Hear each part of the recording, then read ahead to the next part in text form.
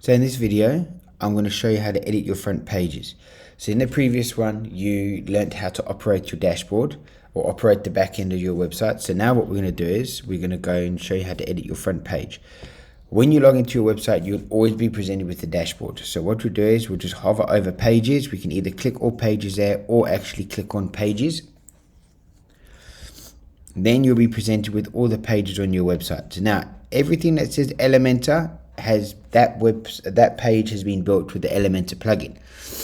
So as you can see, this is your front page. So now we could go edit, where it will take us into the WordPress side of the front page, where then we still have to click a button to say edit with Elementor, or we can just edit with Elementor. But now the way I like to do it, now everyone's got their own way of doing it. The way I like to do it is I right click on edit with Elementor and open in a new tab.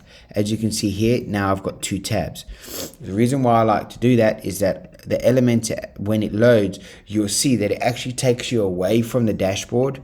You'll lose all of your navigation column and everything, and you'll see it loads like this. Okay, so there's nothing wrong with it, but sometimes if I need to just check an image before I upload it, or check an image to see if it's on the media file, that's when I flick between the two tabs. If you don't want to do that, you can literally just click on hover with click on edit with Elementor. So this is your website. This section here, as you can see at the top here, shows edit header. That is in another video. Okay, if we scroll down here, so this is your front page. We've got different sections here. If I click on it, you'll see that it will scroll down to those sections there. Okay, so that's just a little navigator which will help you if you want to edit your products. You notice at the very bottom you can click here, and there they are there. But for the time being, I'm just going to show you how to change this background image. Now, whatever changes I make now, I will not update. But while you're updating, it's always, so for example, let's just change this here. Let's just get to know me now. Now I've made that change. I normally just click update. I wait a few seconds. The system will update it, right? Then I know when I move on to the next section down here, if my internet drops or load shedding comes in, or my laptop battery dies, or whatever, the cat runs over the router and unplugs it, you know that the work you've done there has been saved. Right, but for this tutorial, I will be making some changes, but I will not be saving it. But I would advise every time you make a change, just save it. All right, so let's come to the header, the front banner. So as you can see, if you hover over here, you've got a little blue section here, which is a plus, where you could plus another section. You can click on that; it will give you the settings for that row, or you can delete it. So I don't know if you saw, but as you clicked on here, this opened up here. So now we've got the heading, which is bringing my world to you, and we've got the button, get to know me. All right. So now get to know me is set to primary, which will scroll down the bottom here, which is great. However, let's say, for example, we want to change the color of that. Let's make it black. So you'll go into style here, and you'll go text. There's the color there. And make it black, just like that. Now you go, but there's a border color. So we go down, border color here, and we can make it whatever we want. There we go, we'll make it white. Okay, if you want to make it more round, the edges, 20 is the max, but if you want to make it less, as you can see, just like that. All right. So now the beauty with Elementor, and this is what I love it the most, is that once you made a change here, making a change on bringing my world to you, if we were to click on here, basically it's exactly the same. There's the style of it's exactly the same. There are different places you have to click, granted, because it's a different type of widget. Like this doesn't have a hover. This bringing my world to you doesn't have a hover function, but it has a so it won't need that hover section here to change the color. You see, because we can change the color just like this. You see. All right, so that's that. So there are different elements to each widget. This is what we call a widget, but the style is effectively the same. If I click on text color, I can make it red. We can add a shadow behind it if we want, just like this. See, make the shadow white so it stands out more.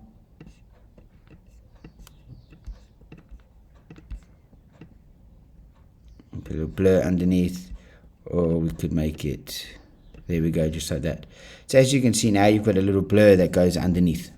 Okay, so everything's very customizable. You've just got to play around with it. Your text here, hello there, or you can click down here and actually delete it down there. So the system is very user friendly, and once you get to know it, it's quite a simple system. But now let's come back to this. Let's change the image. So we're going to click on this row here at the top, and we're going to go style, and we're going to go change the image. I'll just change it to one image that we uploaded. Let's just use the lion here. We change, and there's the line. So now we've got a different settings. You see, I've got it that the background stays. We could attachment here, we can make it scroll. There you go, it will scroll with you now.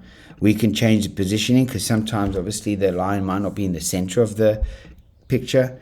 If it fits in, see, there we go, there, top right, bottom. We could even we've got custom, where you can move the positioning if you want. I'm not a fan of doing the custom for one main reason, and that is because when you start playing around with custom like that, it actually messes up your mobile version. So it's probably great just to leave it as centered if you can. I prefer it on fixed, because then it seems like it's in the background. No repeat. If you put a repeat on, what happens is if the image is too big, this is quite a big image, and what you do is you see the image overlapping, so it doesn't look very nice. That's why I always go no repeat. Change the cover size. We can let it go auto, which obviously it zooms right in. We can go contain, meaning that it will literally, that image will be fixed to that container, which is not greatest when you've got a small image. So then again, and then the cover is the best one. Cover is the one that we use for most background images. All right. So that's how you change that there. You've got, if you go to the layout, you can change the height if say you don't want it so big, you want it a bit smaller. There you go. You see now, obviously you can move it around. So yeah, that's how you would change your width. You see your width doesn't affect the background, but it affects the wording. So it's really very customizable for yourself. You've just got to go in and try it. But remember, whatever you try, don't click update. It's not a problem. And let's say, for example, you do. It's not an issue. What you can do is that you just let me know, or what you can do is you can go down to history here. There's a whole bunch of things that's basically what we've done. So you can literally just see this is edited started. So let's click on this one here. And there you go. It's taking me back to where I typed the M in. Okay, so it's not a big train smash if you do. But let's say, for example, you click update and you have to rush off to go do an errand. It's not a problem. You can drop me an email. Unfortunately, everything has to come via email, but you can drop me an email and I will gladly log in if I'm able to restore that. If I can, otherwise I'll just restore a backup from that from last night. All right. So if we scroll down a bit here, you can see here effectively it's the same thing. We've just different settings. You see, different way that we've built the row here. So you've got your photographer, which is a heading. Again, we can go style. There's your color. If you wanted to go font, you can change the font if you'd like. So you can change the line height. You can change the letter spacing, the word spacing. So it's very customizable, very user friendly. If you click down on the paragraph underneath, you see it has a very similar word layout. One thing I would say is, and I turn this off, this function is normally off because I don't use it, is that, see, you can align the center, add links in and all of that. I wouldn't advise doing it here. What I see, even you can even change the text color. I wouldn't advise that, because what will happen is that it actually loads coding in the back end here. See, so what happens is that when you want to, let's say you make it black here, or sorry, let's say pink, for example. You make it pink there, and in a week's time, you're like, I feel like a change. Then if you come and do the style here, it won't actually change it here, because you've set it here to change the color to pink. So I wouldn't recommend doing anything using these functions here. I would always do it under style. As you can see, you've got your center alignment justified, or everything there. So I would use this just mainly as text and bullet points and numbers and put in a link in. But anything like text, color, aligned, and all of that, I would leave it to be done under the style section. All right. So if we come over here, we click here. This is what we call an image widget. So again, you just click on it and you just choose the image you want. Let's choose this one here. And there you go. If you go under style, now you can change the height, the width of it. You can go, so you can stretch it out a bit. Okay, so you can make it a bit transparent if you want. So you can play around with it. So if we scroll down the bottom here, again, it's the same function. This is a row which we've got maxed out to the 100, so you can see the full image. If we click here, this is what we call a spacer, just so that the row doesn't collapse. So you can see here, we can move the spacer around. On the right hand side, we've got, again, a text function. Here we've got a bit of a divider, which we could, again, change the color if we wanted to. We can make it red when the system decides to wake up. So there you go, it's red now. And then we've got another text function, and then down here we've just got a little what we call an intersection, which I'll explain the widgets to you now. So there, as you can see, we've just got a call action button. So it's here, we'll make that a link just like that. So now if someone clicks on your website, if they're on their mobile version, they click on it, it will then ask to call you, or they can go online, which you'll see here, which takes them to the shop. All right, and again, same thing with the background. There's the background there. So let's just change it. Let's make it the rhino. There we go. Now, as you can see, that there is now the image is quite portrait. So if we're to go repeat, it should actually repeat the image. It would normally repeat the image. So okay, so let's just choose another one, for example. There we go. Now that fits a bit nicer. So we go fixed. I'm a fan of the fixed. See, like this here. And now actually with having it like that, you've got a bit of design element that pops out. All right, so that is how you'd edit your front page. We'll scroll down to the bottom here. This is your products. So now what this is what widget, which I'll come to after this section. This is where all your products are. So it's pretty self-explanatory. We've just got the latest ones.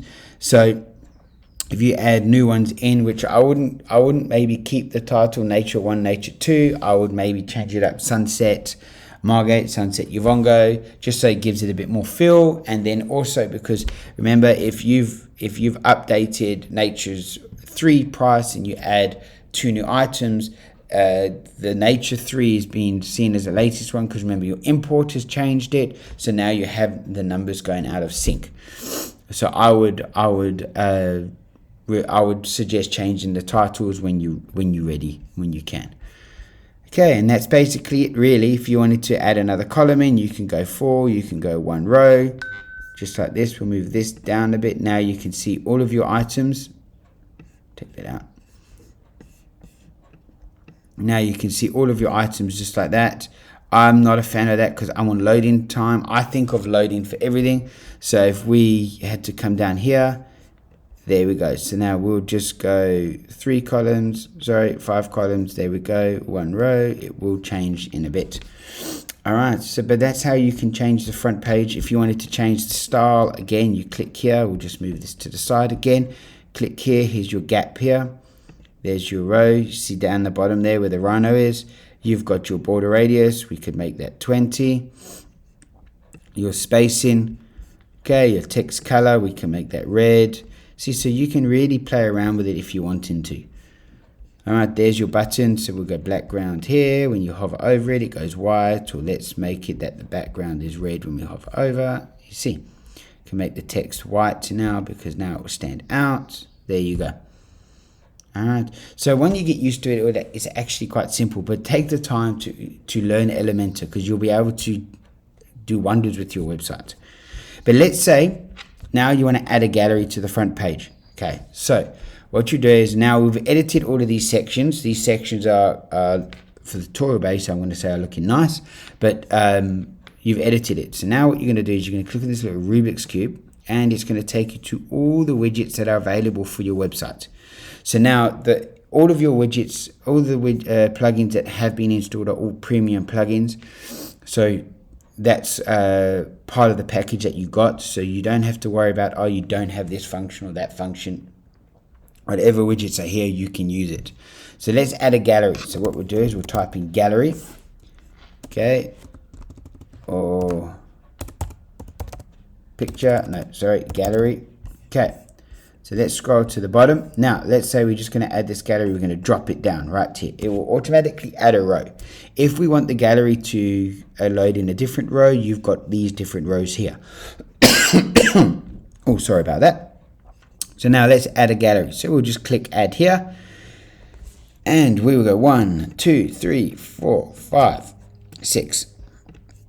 Click insert. Now here we can reorganize them and like that. Okay, I don't want the runner in. We'll go insert. Now when it loads, there it is there. So now we've got columns 4. Let's make it 5 columns so that it all goes in a line. If we want to make it less, 2 columns that fits. Okay. Now we've got order by random. So I like random because that way anyone comes to the website, your images will be in a different position. Kind of makes them feel like it's different. If you wanted to go by category, for example, let's say you have multiple galleries, you can go here. We can select new images. And we'll select these ones down here and use some of these. Just like that. Now what you'll see is you'll have 2, and we'll call this one 1. Let's just add the images again. Okay. Okay, so now you'll see that what we'll have is we'll have all 1, or 2.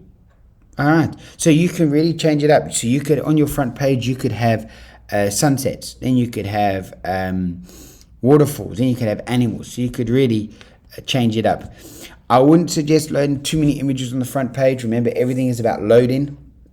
So it really has to be less images. That's why your website, my website doesn't really have many images on. It's got a couple of images, but it's mainly text for loading times. So yeah, the more images and everything you have loaded on, the slower your website does become because it's got to load all those items. So now if we go back to single, down here, it will load those images only. We've got auto, we've got lazy load. I would always suggest to have lazy load on, so that, because you will have your gallery mainly at the bottom of the page. So then while the rest of the website is loaded and the user scrolling down, this is loading in the background. We could go justified, different layouts we've got now. Just like that. It does take some time to load. There we are, just there. Or we've got masonry. Okay, masonry, as you can see, if we had more images, it will put them in a bit of a grid. So let's just try different less columns. As you can see, look, it lays them out like that, which can be quite nice to see, just like that. But it all depends. You've got your space in here, you can change. You've got the link. Now your link is, when you click on it, it will load the image, just like that. Okay, if you change it, if you change it to be a custom link, if they click on it, could make them go to that category for your items to sell. You can't have custom link for each image, only one. So if you make it a custom link to the contact page, if they click on any of those 5 images, it will take them to the contact page. All right, so that's how you'd add a gallery. If you wanted to add anything else, you literally, it's up to you. If you wanted to add a slide, you can just drag it down here and add different slides. If you wanted to add animated header, you can just drag it there, and then there you go. So amazing. This page, this gallery is, and we'll just go here. Awesome, just like that. You can change the time, you can change the speed of it, you can change the highlighted, You see? So types it out.